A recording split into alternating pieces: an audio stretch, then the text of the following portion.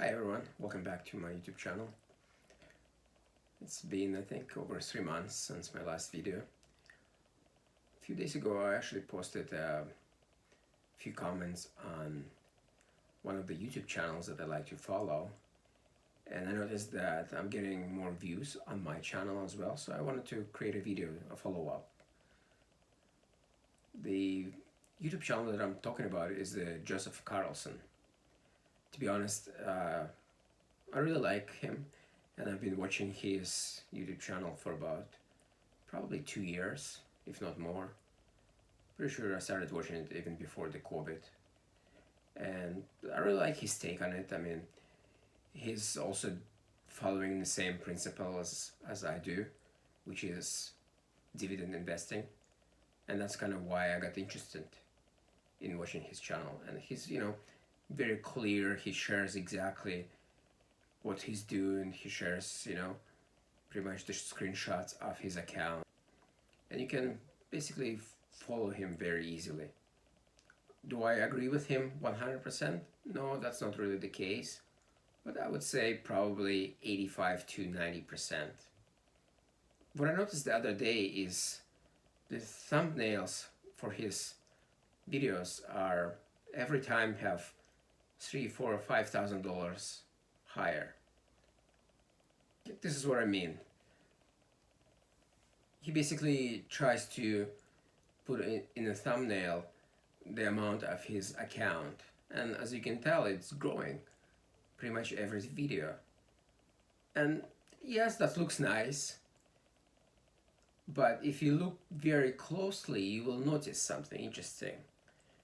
Right here you can see his account as of today is basically $335,000, which is, obviously very impressive in just a few short years. But out of that amount, $71,000 is the actual profits. The rest is the money that he added to his account. And that's what I have a little bit of a problem with, right? Because let's be honest, most of us cannot afford to put $10,000 every month into our investing account. I mean, most of us lucky if we put $1,000 in a month. So I that's kind of got me interested. I looked at my account, and what do you know? My account has actually less total amount, but my profits are actually higher.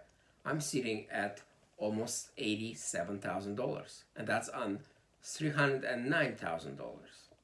So where I'm going with that is that over the last few years, I actually outperformed him. Again, I have absolutely nothing against Joseph, right? I really like his videos. And I mean, I've been following the guy for last 2 years, right? This is something that I kind of noticed, and I'm simply thinking that, you know what? If people like following him, I mean, first of all, the guy very articulate. He presents information in a very interesting manner, right? And that's very, very important. I mean, it's like entertainment, right? But also, at the end of the day, results are what matters, especially when it comes to investing, right? So my thought is that if people like watching him, well, why not watch somebody who actually outperformed him? And that's kind of my comments that I left on his channel, and I think those are some of the people who watched my videos as well the few days after that. So, and that's why I'm creating this video. So here you can see what I'm talking about, right? Currently he's sitting at $335,000 with $71,000 in profit, and I'm sitting at $309,000 with total of $87,000 in profit. Very interesting. You can notice here is that my dividends were about $45,000. Because the difference between my account and Joseph's is that he doesn't pay commissions when he buying and selling stocks. I actually do. And the last time I looked at how much I paid in commissions, and that was probably close to a year ago, I was at about, I think it was close to $4,000. So now it's probably close to $5,000. So you can add that to my profit, in theory, if you really want to compare apples to apples. Why are my dividends so much higher than his? Because you can see he's only earned $10,000 in dividends. The rest is appreciation of his stocks. Well, I think one of the reasons is because I do pay more attention to dividends of the companies.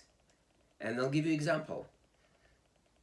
One of the companies that I kind of disagree with him on, that he has a big position of, I think about 8% or so, is Disney. Disney, when COVID hit, they basically cut their dividends. And I know Joseph been buying the company because he thinks they're going to bounce back with their whole streaming service and everything else. And the parks will open up and they're going to start paying dividends. Well, to me, being a dividend investor means you don't really buy companies that don't pay dividend or so quick at cutting them, right? Because at the end of the day, who to say when they will reinstate their dividend and how much this COVID will affect them? The reason I'm saying that is because, for example, in China, in Shanghai, Chinese authorities actually, there was basically, because China has a zero COVID policy. What it means is basically if they find even one person with COVID, they try to lock everything down. And that's exactly what happened in Disney Park in China, in Shanghai. The one person was diagnosed with COVID, they actually locked down the whole Disney Park. You can Google the news. 30,000 people were locked in the park until they were all tested, and only then they were let out. So how close is Disney to really start being profitable again with their parks? I don't know, right? Because let's be honest, a year and a half ago, when this is all started, I don't want to get all political and stuff, so this is not really about politics. I'm just being realistic. I'm talking about what happened, right? So we've been told, lockdowns will be a couple of weeks and everything will go back to normal. Well, it's been close to 2 years. We're nowhere near to being normal, right? And there's different variants and stuff. So I don't actually know how long it will take Disney to recover. Plus all those cruise ships and stuff. I know, for example, my work, the health insurance, they're now starting to cover traveling and in case the COVID happens, like you get infected and stuff, but they do not cover COVID if you decide to go on cruise ships. So there's a lot of unknowns still out there. So, and at the end of the day, Disney was very, very fast to cut their dividend. So would I invest in a company that cuts dividend at the first sign of trouble? No, not really. I'm really interested in companies whose product people will buy no matter what. And that's the thing. Can you live without Disney Park? Of course you can. Can you live without Disney streaming even? Yes, you can. Can you live without cruise ships? Yes, you can. On the other hand, can you live without medication? No. Can you live without food? No. Can you live without even soap and toothpaste? Barely. But I would say, people more likely to spend money on toothpaste than on a cruise ship. And so that's one of the reasons why I don't agree on his Disney position. On the other hand, I do own a lot of energy stocks. Those were basically crashed completely when COVID happened because, people thought, there's going to be no demand for it and stuff. And I know that Joseph actually, I'm pretty sure I think he had some and then he sold it. But I'm pretty sure at this point he doesn't have any energy stocks. Because I know like some people commented on his videos that, they wanted, I mean, you know how it is. People try to push their opinions on you. And these days it's very popular, the whole green movement, right? Green energy. And I know that Joseph was also mentioning, even beside the green stuff, simply that he doesn't see the future for like things like oil and stuff. So he didn't want to own stocks that basically have no future, right? But I kind of disagree with it. In my opinion, there's still lots and lots of life left in those type of stocks. But nowhere near to be able to replace fossil fuels with sun and wind, right? Don't get me wrong, I'm all for it. I wish we develop some green energy and we don't have to create greenhouse gases. I'm all for it 100%. I'm just again being very realistic, right? For example, look what's happening in China right now. Again, I'm not being political, just bringing up the facts, right? In China, they have rolling blackouts now. I mean, last summer they had rolling blackouts in US too, in California. But right now they have rolling blackouts in China. Why? Because they don't have enough electricity. We're talking about cities that basically fully developed. It's not like a third world country anymore, right? It's like some of the cities are more modern than the Western cities, and they manufacture a lot of things for the whole world.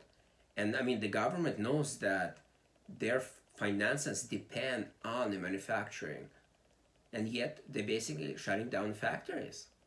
They tell the management that you can only be open 3 days a week.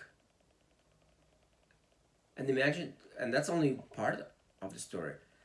When it comes to things like microprocessors and stuff, and I know China doesn't manufacture high-end microprocessors, but they do manufacture microprocessors. The problem with that is that they require 24/7 power to operate, because some of the processors, they cannot stop in the middle of the process. It has to, once it starts, it has to finish.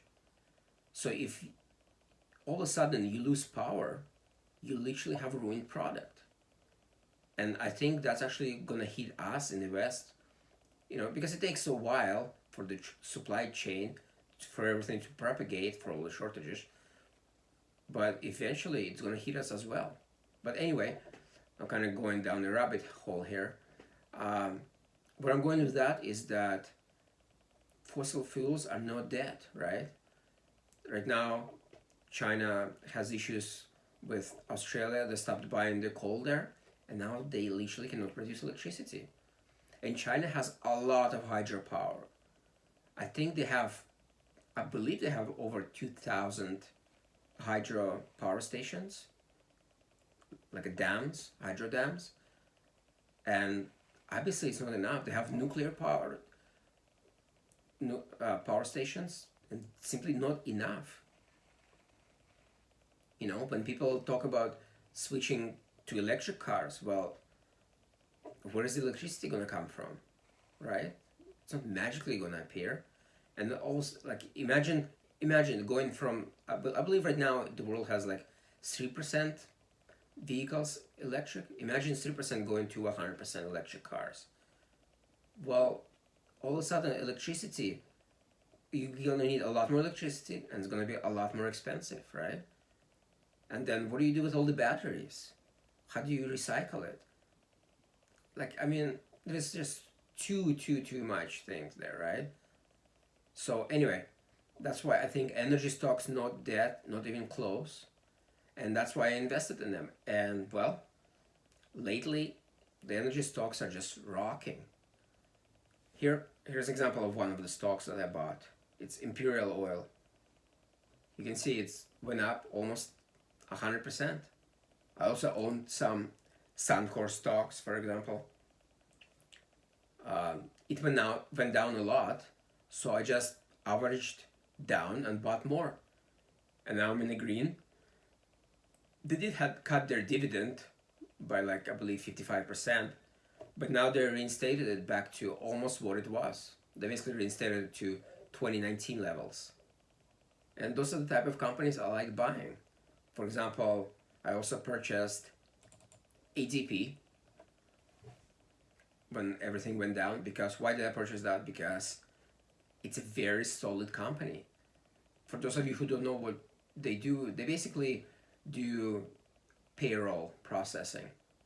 As a matter of fact, the company where I work uses them as well. And I looked at their financial statements, and they're very, very profitable. They're sitting on a lot of cash. And in a little more than a year, the stock went up 71%. Another one is Bank of Montreal. Lots of banks, well, all the financial stuff dropped down when the COVID started. And I know Joseph was buying JP Morgan, but I actually like exposure to Canadian banks as well. And the reason is, as I mentioned in one of my previous videos, is Canadian banks are a lot more stable. US banks in the past have cut their dividends, and they had some, well, not some, they had actually big issues, right, in 2008, 2009. On the other hand, Canadian banks are known to be very stable, and the majority of the banks never stopped paying dividend for over 100 years. In one of my previous videos, I mentioned, I think, BMO paid dividend uninterrupted for something like 160 years, I believe, since 1870 or something like that. You can see it went up basically 85%, all while paying me a very good dividend as well. Another stock that I own is, well, this is actually the biggest position in my portfolio, is Procter Gamble. You'd think, a stable stock like Procter Gamble shouldn't even move all that much, right? But look at the performance, 40% up. And again, all while paying me dividend that I know pretty much 99.9% safe. Unlike many other companies during COVID, Procter & Gamble actually increased their dividend. So why would I want to buy Disney and hope that they recover and reinstate their dividend and nothing bad happens again and no other flu or anything like that happens again, when I can invest into companies like Procter & Gamble that would actually benefit if something happens again? Because their revenue actually went up a lot because people buy a lot more soap and stuff, because people, feel like washing hands more, even though they should have been washing hands often before as well, but now it's just more popular. And so I believe that what allowed me to compound my interest and stock appreciation faster than Joseph's portfolio. So I hope you guys found this interesting. Like I said, I didn't want to simply put comments online and then not have anything follow up with. This way you can watch it and you can actually see for yourself what I'm talking about. If you like the video, I really would appreciate if you click the like button and maybe subscribe, because I simply don't make enough videos very often because, well, it's just a hobby, nothing more, right? For people like Joseph, this is pretty much his primary job now, right? Because if he can put $10,000 a month in his account, and actually he putting more than that because he has different accounts as well, right? Because he has other YouTube channel as well. So, that's his primary income. For me, this is I'm just doing it for fun, right? Nothing more. But if I see that people actually like it and I realize that people want to see more, I'm gonna make more videos, right? I can follow up even next week, make a video about how much I make in dividends in the last month. Like I said, I need to see that people are actually interested. So if you do like it, click the like button, click subscribe, and I'll continue making videos. I hope you like this video and have a good day.